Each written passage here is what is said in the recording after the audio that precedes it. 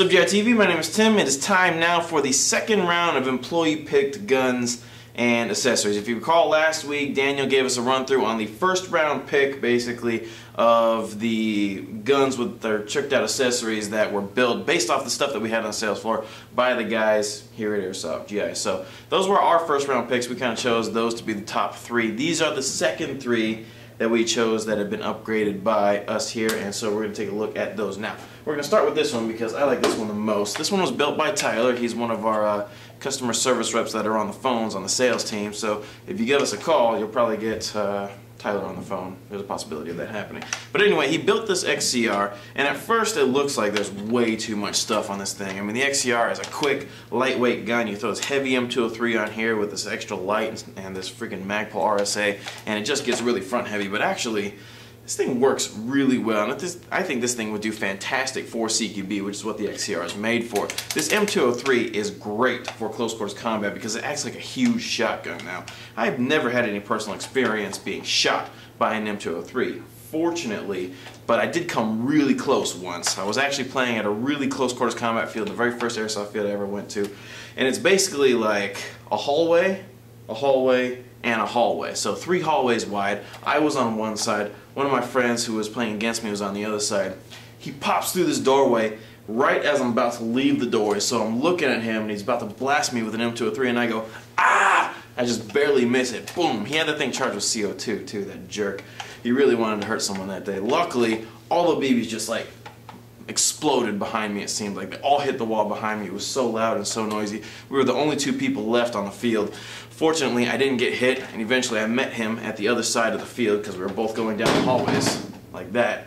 And since his gun was so front heavy with his M203, I was able to shoot him before he was able to blast me. So M203 is very effective in close quarters combat. I wouldn't know personally, but I know how effective they can be from watching other people blast a whole group of like cluster F'd noobs that are all in one area.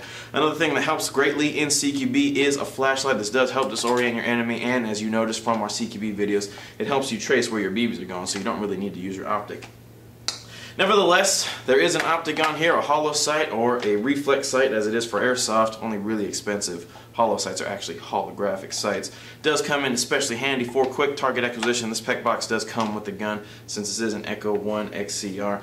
And the last attachment that Tyler decided to put on here is a Magpul RSA rail sling attachment in case you want to do more than just a single point sling attachment. All of these things added together. This is the Cams M203, which is $105. This is a Magpul RSA, which is $35.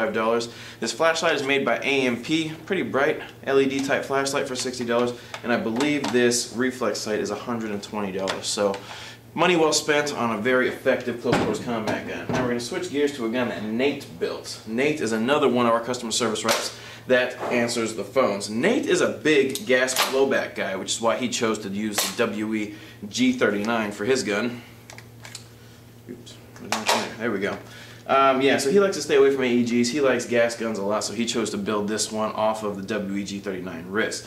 Now, since the G39, or G36 I should say, the real one, has a magnified sight with a red dot on top, he decided to stick with that theme kind of and go with this NC Star Mark III sight with the little doctor sight on top, or with the little reflex sight on top. This sight is $180. Again, flashlight, very helpful for close quarters combat. This gun is great for CQB, being that it does have a folding stock. This is a VFC flashlight that sells for $65? No, $49 on our website. The $65 item is this PEC box. This is an AMP type PEC box with a laser built into it. That's what this little tail is for, so you can activate the laser. That comes in very handy again for close quarters combat, and that is for sale for $65. The only other upgrade that Nate put on here for comfort are the Magpul ladder rail covers. Makes the gun more comfortable to hold, especially with the rail system. Now, when we were given the assignment to build these guns, we were told to build something that was budget friendly. Apparently, I was the only one that got the memo, and this is the gun that I built. I wanted something that you could put together very easily with very little tools, none actually are required with mine, and have a skirmishable ready gun right out of the box. So I chose to use the Echo 1 M8. I added a little bit of flair to it with this NC Star panoramic sight, which is for sale for $55. This AMP laser and red dot, this AMP laser and flashlight is for sale on our website for $85. $85. Very handy for blinding your enemy, like I already mentioned, but the laser helps with target acquisition. Added a little bit of flare to the magazine, made it much easier to reload with this Magpul Ranger Pull. Packs of 3 of these are sold on our website for $26, I believe. And this vertical grip actually isn't going to cost you any money because it already comes with a gun. The only upgrade I have on here to add a little bit of flare again, and also to make it more comfortable to hold, are these bamboo rail covers by Mad Bull. And I believe these are for sale for $15 for a pack of 2 or 4. Yes, that sounds about right. Everything else on the gun is stock, so this entire package on this gun is relatively affordable, especially in comparison to these other two. But these are our second round picks for the employee picked guns with accessories. Stay tuned for our third round picks next week. If you're brand new to Airsoft, you should really check out the Airsoft GI Novice Corner here in our categories menu. In here you'll find helpful tips and products that are hand-picked to help you get started in this game properly.